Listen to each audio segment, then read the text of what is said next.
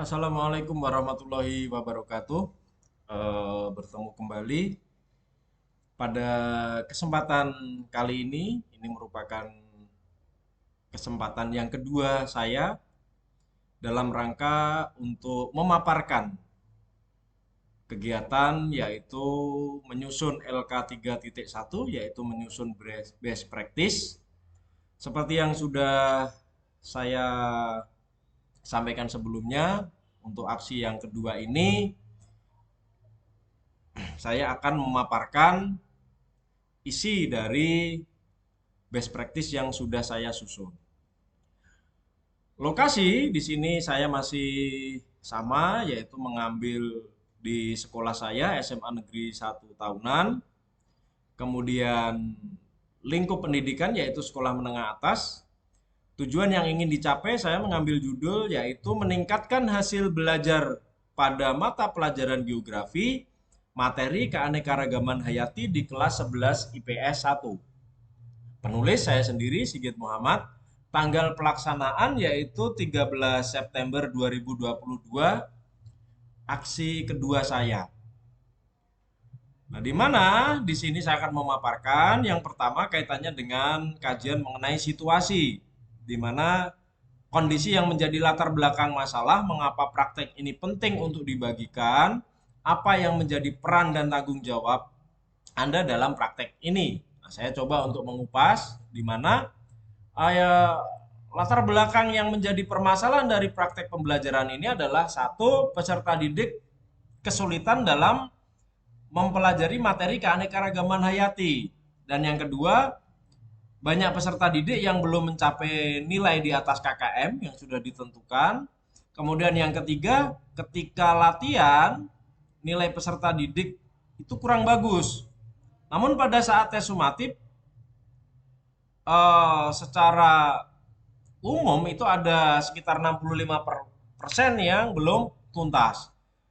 Sehingga praktek pembelajaran ini menurut saya sangat penting di mana untuk dilakukan dan dibagikan karena menurut saya juga banyak guru yang mengalami hal yang sama sehingga diharapkan praktek ini bisa memperbaiki hasil belajar peserta didik dan menjadi inspirasi bagi rekan-rekan guru yang lain. Nah, saya sebagai guru mempunyai tanggung jawab untuk mencapai tujuan pembelajaran dalam proses pembelajaran yang sifatnya itu harus efektif, efisien, di mana di situ nanti akan berorientasi pada pencapaian hasil belajar yang maksimal dengan menggunakan media dan model pembelajaran yang tepat dan inovatif. Nah, kemudian di sini saya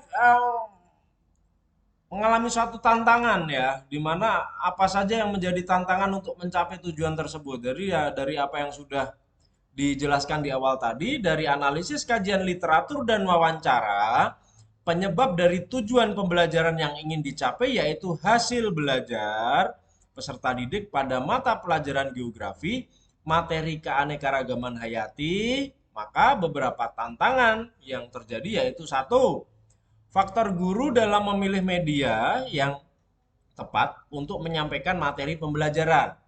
Kemudian faktor guru dalam memilih model pembelajaran dalam proses pembelajaran di sini belum inovatif sesuai dengan kebutuhan peserta didik. Kemudian kurangnya pemanfaatan TPACK dalam proses belajar mengajar. Dan yang keempat yaitu kurangnya motivasi belajar peserta didik dilihat dari tantangan tersebut bahwa tantangan yang sebenarnya dihadapi itu merupakan sisi kompetensi guru yang harus ditingkatkan baik dalam bidang pedagogik maupun profesional. Sehingga di mana di sini nanti terlibatan tantangan ini adalah guru dan peserta didik. Kemudian langkah aksinya yaitu langkah-langkah yang harus dilakukan untuk menghadapi tantangan tersebut atau strategi yang harus digunakan, bagaimana prosesnya, siapa saja yang terlibat, dan apa saja sumber daya atau materi yang diperlukan untuk melakukan strategi ini, di mana saya coba untuk mengupas tentang tantangan yang harus disegera diselesaikan dengan baik oleh seorang guru profesional, diantaranya adalah satu, pemilihan media pembelajaran. Kemudian guru di sini menggunakan media alam yang dikolaborasikan dengan media berbasis TPEG dalam bentuk PPT, kemudian video ya yang coba didesain oleh guru itu sendiri. Kemudian yang kedua adalah pemilihan model pembelajaran guru, di mana memilih yang sesuai dengan karakteristik peserta didik dan materi, di mana di sini guru mengarahkan untuk membuat bahan-bahan olahan keanekaragaman hayati dari alam dan dikolaborasikan dengan media berbasis TPEG. Guru memilih model Project Based Learning atau PJBL di sini karena sesuai dengan kajian literatur dan wawancara, di mana dari kegiatan memilih model ini nanti dapat meningkatkan hasil belajar. Arahnya, guru harus memahami sintak pembelajaran model PJBL serta melaksanakan setiap tahapan-tahapan kegiatan yang tertuang di RPP, mulai dari pendahuluan, inti, penutup, ya, dan melaksanakan praktek sederhana yaitu pengolahan bahan dari alam yang didapatkan oleh peserta didik dari tempat tinggalnya masing-masing, kemudian dikolaborasikan dengan mencari studi literatur yang dapat mereka ketahui ternyata dari bahan yang sudah mereka kumpulkan itu dapat diolah menjadi sesuatu yang memiliki nilai manfaat.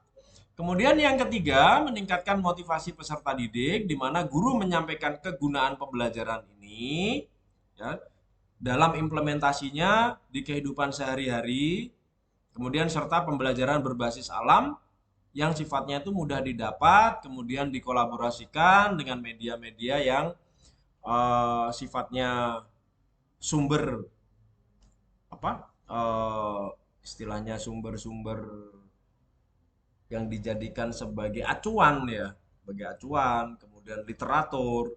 Nah, sehingga pembelajaran di sini tidak hanya berpusat pada guru, tapi lebih berpusat ke peserta didik. Sehingga mereka secara tidak langsung nanti akan terlibat lebih aktif. Nah, dan yang terakhir di sini adalah refleksi hasil dan dampak, di mana dari dampak hasil aksi yang sudah ditempuh, di sini adalah langkah-langkah yang dilakukan, dirasa hasilnya itu sangat efektif. Hal ini dilihat dari satu, penggunaan media alam dapat membantu pemahaman siswa tentang keanekaragaman hayati. Jadi literasi lingkungan itu bisa ditumbuh kembangkan melalui dari kegiatan pembelajaran pengolahan keanekaragaman hayati. Kemudian dari hasil analisis evaluasi pengetahuan, di mana di sini ada mengarah pada ketuntasan hampir 100%, karena mereka lebih real mendapatkan materi secara langsung, ya, tidak hanya sekedar hal-hal yang sifatnya teori, tapi mereka juga akan terlibat di dalamnya. Kemudian keterampilannya ini mengalami peningkatan, yaitu sekitar mengalami hampir 80% ya.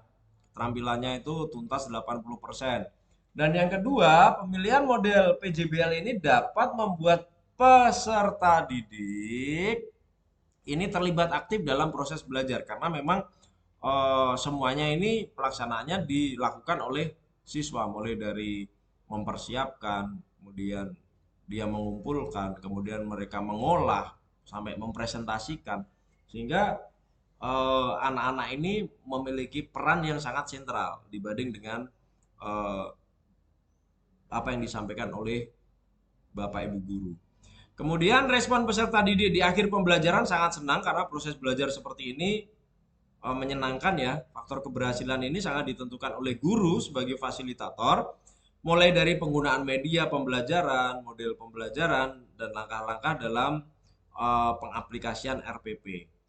Di mana untuk berkelanjutannya dan semakin meningkatnya hasil belajar peserta didik dalam pembelajaran geografi, kedepannya guru akan lebih senantiasa lebih inovatif ya dalam proses pelaksanaan kegiatan pembelajaran. Salah satunya yaitu dengan model pembelajaran project based learning dan menggunakan media pada saat proses pembelajaran. Karena dengan kita menggunakan media, anak-anak itu akan tingkat pemahamannya itu akan lebih mudah dibanding kita hanya sekedar ceramah atau menyampaikan hal-hal yang sifatnya itu terpusat oleh guru.